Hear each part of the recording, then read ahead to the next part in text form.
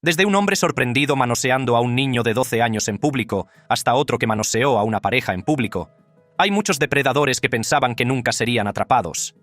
Pero, afortunadamente, las cámaras estaban fuera y grabando, filmando toda su terrible experiencia. En este vídeo, le mostraremos a algunos de estos depredadores y cómo se enfrentaron a la justicia. James Stewart Evans. Primero, vamos a Volcano Bay, en Florida, donde James Stewart Evans, de 37 años, que está claramente borracho, está a punto de tomar una decisión que tendrá graves repercusiones.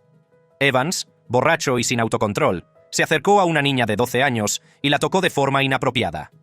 Afortunadamente, los padres de la niña presenciaron el inquietante acto y llamaron rápidamente a la policía. En cuestión de minutos, las fuerzas del orden llegaron al lugar, listas para actuar y garantizar que se hiciera justicia. Los agentes se acercaron con cautela a Evans para recabar más información sobre el incidente. Comenzaron solicitándole su identificación y preguntándole sobre su lugar de origen. Evans, que al principio parecía cooperativo, respondió que era del Reino Unido. Los agentes, conscientes de la delicada naturaleza de la situación, procedieron a hacer más preguntas para comprender en profundidad los hechos ocurridos. Las cámaras corporales de los agentes graban la interacción.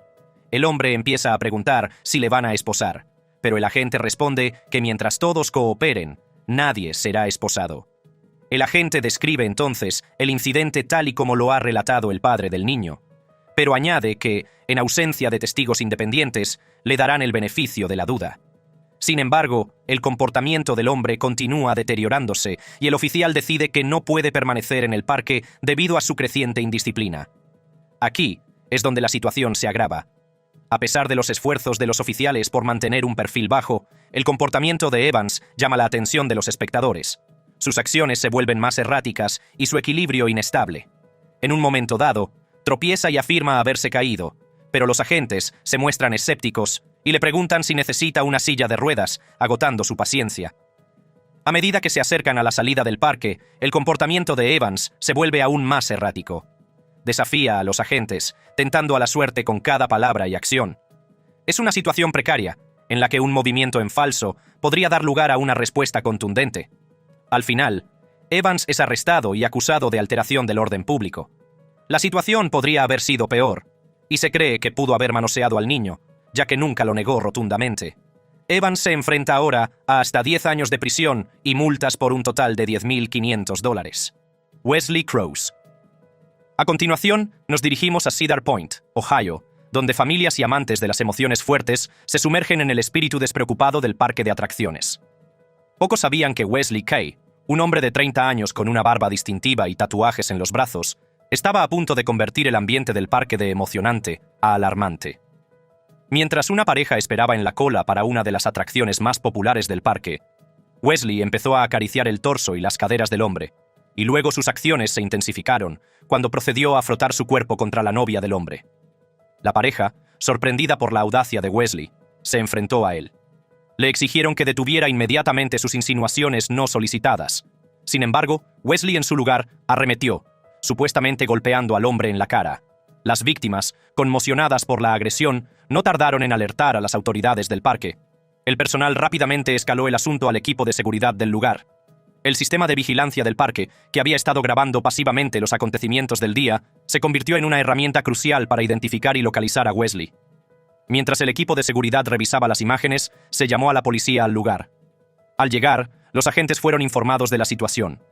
Se enteraron del comportamiento agresivo de Wesley y de la agresión que siguió. Con la descripción proporcionada por las víctimas y corroborada por las imágenes de la cámara, la policía se dispuso a encontrar al responsable. Lo encontraron hablando despreocupadamente con un gerente de la estación, aparentemente ajeno a la gravedad de sus acciones. Los oficiales se acercaron con cautela, conscientes de que la situación podía agravarse aún más.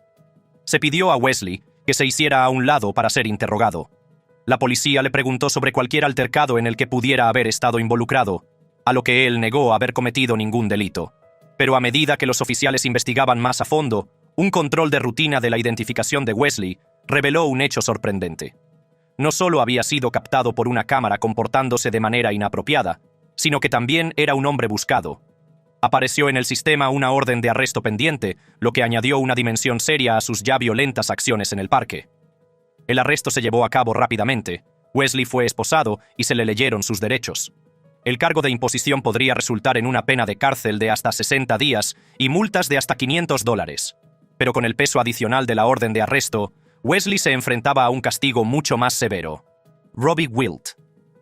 A continuación, nos dirigimos a un tranquilo barrio de Louisville, Kentucky, donde las risas de los niños que juegan son un sonido habitual. El 2 de julio de 2021, esta tranquilidad se hizo añicos. Una niña de 6 años, con su inocencia como único escudo, jugaba en la entrada de su casa, ajena al peligro que la acechaba. Robbie Wilt, de 40 años, que conducía un Dodge Charger rojo, vio a la niña y, con la precisión de un depredador, aprovechó la oportunidad, arrebató a la niña y se dio a la fuga. Afortunadamente, una vecina estaba vigilando y pronto llamó al 911. La llamada provocó una respuesta urgente de las fuerzas del orden locales, cuyos vehículos recorrían las calles a toda velocidad, con las sirenas sonando para advertir de que había un depredador entre ellos. Había comenzado la carrera contra el tiempo. Los agentes estaban a la caza del Charger rojo, sabiendo que cada segundo podía suponer la diferencia entre un rescate y una tragedia. La persecución condujo a un dramático enfrentamiento. Wilt, quizás dándose cuenta de que el cerco se estaba estrechando, se detuvo en una entrada aleatoria, fingiendo normalidad. Los agentes, con la adrenalina corriendo por sus venas, se acercaron con precaución, haciendo gala de su entrenamiento. Le ordenaron que se quedara quieto, con las manos en alto, que se diera la vuelta y que volviera hacia el agente que lo había detenido. Wilt obedeció y salió del vehículo con las manos en alto, en un débil intento de parecer inocente. Pero los agentes no se dejaron engañar y le ordenaron que se arrodillara. Afortunadamente, la niña se encontraba a salvo en el asiento delantero. Uno de los agentes abrió la puerta del pasajero. Allí estaba ella, una niña en el asiento delantero, con los ojos muy abiertos por la confusión y el miedo. Los agentes la tranquilizaron mientras la sacaban con cuidado del coche. Una vida preciosa que volvía del abismo. Las afirmaciones de Wilt de que no tenía malas intenciones y que simplemente se llevaba a la niña de vuelta a casa, cayeron en saco roto. Los agentes, muy versados en las tácticas engañosas de los secuestradores de niños, mantuvieron a la niña distraída, preguntándole por su familia, su bicicleta, cualquier cosa para que no pensara en el horror del que acababa de escapar. Wilt le había dicho a la niña que era amigo de su madre y que tenía un cachorro en su coche para ella. Si oyéramos esto en una historia, sería casi increíble. La ley alcanzó a Robbie Wilt cuando le leyeron sus derechos y su rostro pronto aparecería en las noticias nacionales. El abuelo de la niña, que la había estado vigilando cuando se la llevaron, llegó al lugar con una mezcla de ira y alivio grabada en su rostro. El agente, portador de buenas noticias por una vez, los reunió, un rayo de esperanza en una situación que podría haber terminado de manera muy diferente. El destino de Wilt quedó sellado en enero de 2023, cuando fue condenado a 13 años de prisión y se le ordenó registrarse como delincuente sexual de por vida. Exnovio. Dejando atrás las gélidas calles de Kentucky, nos encontramos ahora en Sarasota, Florida, donde una fría historia de obsesión eclipsa el calor del sol. El 26 de noviembre de 2023, una mujer llamó al departamento de policía de Sarasota para pedir ayuda. Su exnovio, según ella, la había estado acosando durante meses. La voz de la mujer temblaba mientras relataba su terrible experiencia a la gente que acudió a su llamada. Su exnovio, cuyo nombre dudaba en pronunciar, no solo la había estado siguiendo, sino que había intensificado su acoso hasta el punto de colocar numerosos rastreadores GPS en su vehículo. Ella había encontrado algunos, pero la persistente sospecha de que todavía la vigilaban la atormentaba en cada movimiento. «Anoche me siguió», dijo ella, con el miedo claro en su voz. «Creo que todavía tiene uno ahí». La expresión de la gente se volvió más seria cuando la mujer presentó pruebas del acoso, una colección de rastreadores GPS, algunos de los cuales todavía tenían restos del adhesivo utilizado para fijarlos a su coche. Los dispositivos, destinados a vigilar su paradero, eran prueba de la implacable persecución de su exnovio. Los agentes le aseguraron que las pruebas se enviarían a la División de Investigación Criminal. Se utilizarían citaciones para obtener registros telefónicos y la experiencia de especialistas en tecnología para construir un caso contra el acosador. El agente se ofreció a enfrentarse al hombre, para advertirle de la situación legal a la que se enfrentaba si no cesaba en sus acciones. El calvario de la mujer termina con una orden de arresto contra su exnovio. El hombre que una vez había afirmado amarla, ahora era reconocido por las fuerzas del orden como una amenaza, y sus acciones justificaban cargos penales. Al final, el acosador se quedó sin tiempo. Sus herramientas de tormento, los rastreadores GPS, eran ahora pruebas de sus crímenes. Depredador barbudo. De las calles bañadas por el sol de Florida, ahora dirigimos nuestra atención a un barrio más tranquilo. El 14 de junio de 2023, la paz se vio interrumpida por una llamada a las autoridades. Unos vecinos preocupados habían visto a un hombre conversando con un niño de 10 años. Este hombre no era un extraño para la comunidad ni para las fuerzas del orden locales. Se sabía que tenía prohibido legalmente cualquier interacción con menores. Los agentes respondieron rápidamente a la llamada. Pero cuando llegaron, el hombre había huido del lugar. Sin embargo, los residentes pudieron proporcionar la pista. Conocían el vehículo del hombre, una camioneta roja con unas inconfundibles luces amarillas en la parte superior. Los agentes utilizaron esta información para buscar en la zona indicios de la presencia del sospechoso. La búsqueda no duró mucho. El sospechoso fue localizado pronto, su todoterreno rojo aparcado de forma inocente, mezclándose con los otros vehículos de la calle. Los agentes se acercaron con preguntas directas y profundas. Le preguntaron dónde había estado esa mañana, alrededor de las 5:30, pero él siguió siendo evasivo. Su actitud pasó de la confianza a la cautela cuando se dio cuenta de que la red se estaba cerrando. Los agentes insistieron. Sus sospechas se confirmaron por testigos que habían visto al hombre hablando con el joven. El sospechoso, como de costumbre, lo negó todo. A pesar de su seguridad, los agentes no se convencieron, ya que habían oído suficiente. La seguridad de la comunidad estaba en juego y no estaban dispuestos a correr ningún riesgo. Procedieron a arrestarlo. El amigo del hombre llegó, desesperado por entender la situación. Defendió al sospechoso, alegando que eran amigos, pero los agentes no se inmutaron. La ley era clara y las acciones del sospechoso habían levantado alarmas que no podían ignorarse. El vehículo del sospechoso fue registrado, fotografiado y registrado como posible prueba. Al hombre, que seguía proclamando su inocencia, se le leyeron sus derechos y fue detenido. Los derechos que había ignorado tan descuidadamente al acercarse al niño eran ahora su único escudo al enfrentarse a las consecuencias de sus actos. Al final, el hombre fue acusado de poner en peligro a un niño y de violar las leyes de registro de delincuentes sexuales. Sus intentos de eludir las restricciones que se le habían impuesto habían fracasado, y ahora se enfrentaba a todo el peso del sistema judicial. La comunidad pudo volver a estar tranquila, sabiendo que su vigilancia y la rápida respuesta de las fuerzas del orden habían evitado una posible tragedia. Senador Ralph Shorty. Los agentes del Departamento de Policía de Moore se acercaron con cautela al motel Super 8 tras recibir una llamada preocupada de un padre que estaba preocupado porque su hijo de 17 años se había registrado en el motel en circunstancias extrañas. Los agentes intuían que esta comprobación de bienestar ocultaba algo más. Podían estar implicados narcóticos o algo más oscuro. Anunciaron su presencia llamando a la puerta y pidiendo a los ocupantes que abrieran la puerta para conversar. Un prolongado silencio desde el interior de la habitación mostró que las personas que estaban dentro dudaban. Finalmente, la puerta se abrió con un chirrido, revelando a un hombre que trató de mostrar ignorancia sobre el motivo de su visita. No convencidos por su acto, los agentes le ordenaron firmemente que mostrara sus manos y se pusiera a la luz. El escepticismo de los agentes creció a medida que interrogaban al hombre sobre su apellido y su diversión se desvaneció. Su compostura cambió cuando afirmó que su interrogatorio le hacía sentir incómodo. Sin inmutarse, los agentes revelaron su conocimiento de las intenciones del hombre de participar en una fiesta con un chico de 17 años, a lo que él respondió débilmente que desconocía la edad del chico. Sin embargo, los agentes habían sido testigos de situaciones similares en innumerables ocasiones. Conocían muy bien las tácticas que empleaban los depredadores: fingir ignorancia, aferrarse a cualquier excusa para eludir la responsabilidad. Pero la ley era clara. La ignorancia no era una defensa válida. Estaban comprometidos a garantizar que se hiciera justicia y que depredadores como este hombre rindieran cuentas por sus actos. A medida que avanzaba la investigación, surgió una revelación. El hombre captado en el vídeo era Ralph Shorty, un senador de 35 años del Senado de Oklahoma. Las cámaras corporales de los agentes captaron cada momento, cada excusa y cada mentira. Sin embargo, había una pregunta en la mente de todos. ¿Por qué un senador compartía una habitación de motel con un adolescente en medio de la noche? ¿Qué pasó detrás de esas puertas cerradas? Las respuestas pronto se revelarían cuando tanto el senador como el adolescente fueron llevados a interrogatorios separados. El interrogatorio del senador reveló una visión inquietante de la mente de un hombre que había explotado su posición de poder con fines cuestionables.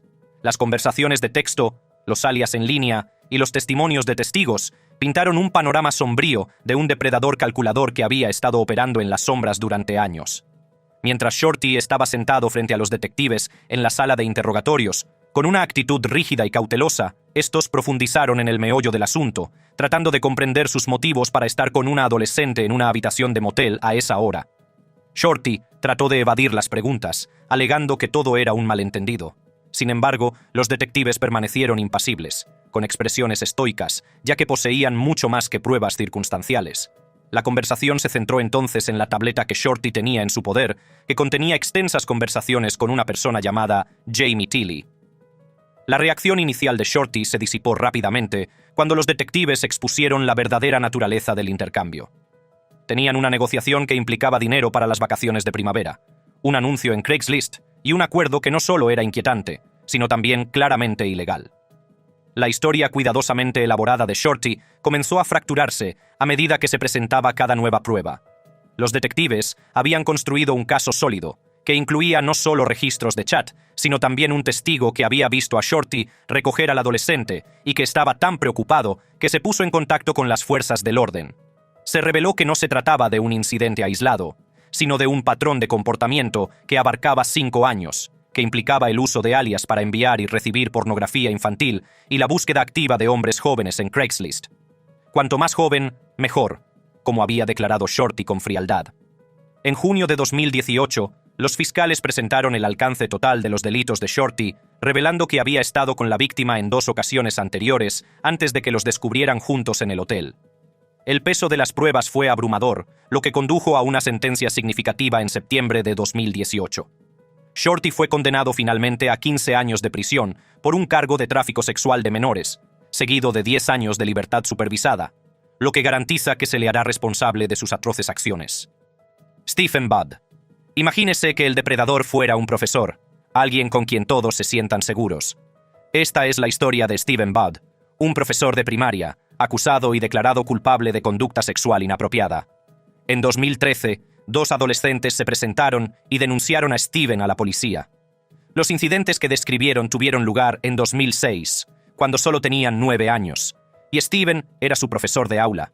Las chicas alegaron que Steven tenía un sistema de recompensas en el que daba caramelos a cambio de favores sexuales, a los que llamaba Bud Bucks. Cuando la policía lo interrogó, Steven negó las acusaciones e intentó culpar a las niñas, alegando que lo habían acusado falsamente. Sin embargo, su lenguaje corporal contaba una historia diferente. Parecía relajado al principio, pero de repente se movió en su asiento y se puso a la defensiva, lo que indicaba que podría estar ocultando algo.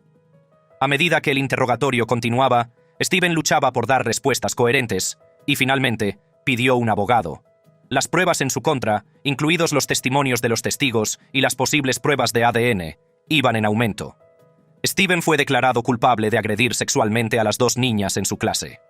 El tribunal lo condenó a 3 cadenas perpetuas en prisión, asegurándose de que nunca más pudiera abusar de niños vulnerables. Josie Aman. El 22 de mayo de 2021, los pasillos de un Walmart en Onalaska, Wisconsin, se convirtieron en el escenario de un incidente que pronto se convertiría en un caso criminal en toda regla. Fue aquí donde Josie Aman, de 30 años, cometió un acto que no solo violaría la inocencia de una niña, sino que también conmocionaría a la comunidad local hasta la médula. El día había comenzado como cualquier otro, con familias y personas yendo de compras, sin ser conscientes del siniestro giro que tomarían los acontecimientos. Entre los compradores había una niña de 10 años, acompañada por sus padres. Fue durante esta actividad mundana cuando Aman, un hombre cuyas intenciones distaban mucho de ser normales, se acercó a la joven y la manoseó. La niña, traumatizada pero valiente, no perdió tiempo en informar del incidente a sus padres, quienes a su vez alertaron al personal de Walmart. La tienda, equipada con una red de cámaras de vigilancia, había capturado todo el incidente en vídeo. Las imágenes, que más tarde se convertirían en una prueba crucial, mostraban a Aman en el acto, confirmando el relato de la niña sin lugar a dudas. Cuando Aman se dio cuenta de sus actos, huyó del lugar. Se abrió paso por la tienda, empujando a los compradores desprevenidos, y desapareció antes de que pudieran detenerlo. La policía no tardó en responder. Con las imágenes de vigilancia en la mano, tenían una imagen clara del sospechoso y una pista sólida que seguir. La búsqueda de Aman fue metódica y rápida. La policía revisó las imágenes de vigilancia fotograma a fotograma, reconstruyendo los movimientos de Amman antes y después del asalto. Las pruebas se acumulaban y era solo cuestión de tiempo que la ley lo atrapara.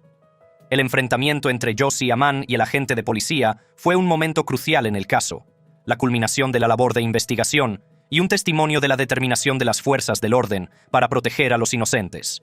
El encuentro, que tuvo lugar después de la huida de Amman de Walmart, fue un esfuerzo calculado por parte de la policía para atrapar a un hombre que se había convertido en el centro de la indignación de una comunidad. El agente, armado con algo más que una placa y un uniforme, llegó al lugar de trabajo de Amman con una colección de pruebas condenatorias. Las imágenes de vigilancia de Walmart ya habían proporcionado una imagen clara del sospechoso, pero el agente había ido más allá, obteniendo pruebas adicionales que dejarían a Amman sin margen para la negación. Entre las pruebas se encontraban imágenes de Amman en Walmart el día del incidente, capturadas por las cámaras de la tienda, que lo mostraban en las proximidades del crimen. Pero la prueba más incriminatoria fue un recibo de una compra realizada por Amman en Walmart, con fecha y hora y sin lugar a dudas. Este recibo fue la pieza clave del caso, que vinculaba a Amman con la escena y socavaba cualquier intento que pudiera hacer para alegar su inocencia. El agente presentó la prueba a Amman, quien, hasta ese momento, había negado haber estado allí ese mismo día. Fue entonces cuando el agente, habiendo agotado las vías de resolución pacífica, decidió actuar. Amman fue informado de que estaba detenido, una directiva que debería haber marcado el final de la confrontación. Pero Amman, impulsado por la desesperación y la negativa a afrontar las consecuencias de sus actos, tomó una decisión fatídica. Eligió huir. La persecución que siguió fue breve pero intensa. José Amman fue acusado más tarde de agresión sexual infantil en primer grado y de resistirse a un agente.